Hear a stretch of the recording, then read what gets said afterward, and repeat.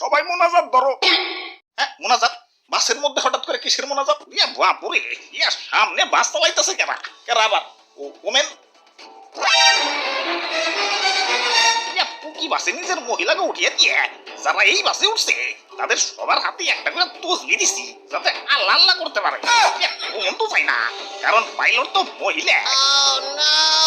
হে আল্লাহ, তুমি মহিলা বাসের মা বোনদের হেফাজত করো। পাইলটকে সঠিক টাইমে সঠিক গিয়ার দেওয়ার তৌফিক দিও আল্লাহ।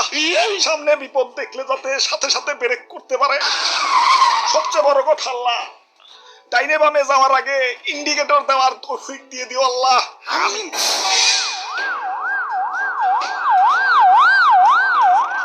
আরে অ্যাম্বুলেন্স কোনো দুর্ঘটনা ঘটছে নাকি? বাস তো দেখা যায় ঠিকই আছে। বাপুরে, আমরা যেমন পুকি বাসের পিছন পিছন যাই, এই অ্যাম্বুলেন্সও পুকি বাসের পিছন পিছন যায়। কখন কোন পথচারীদের লাগিয়ে দেয়, তাই অ্যাম্বুলেন্স সাথেই থাকে। কারণ কখন তো যায় না, পাইলট তো মহিলা। কাম সার ছেড়ে এমনি বাড়ির মহিলা নিয়ে টেনশনে থাকা লাগে।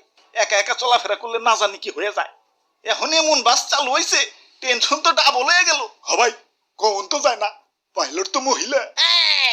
ওই তোমার তো ডাবল হয়েছে, আমার তো 8 গুণ হয়েছে। 8 গুণ কেন? তোমার তো এক বউতে টেনশন ডাবল, আমার তো 4 বউ ওই বাসের মধ্যে। টেনশন 4 দুগুণে কত? তবে একদিকে ভালো হয়েছে, পথচারীরা একটু সব বইছে।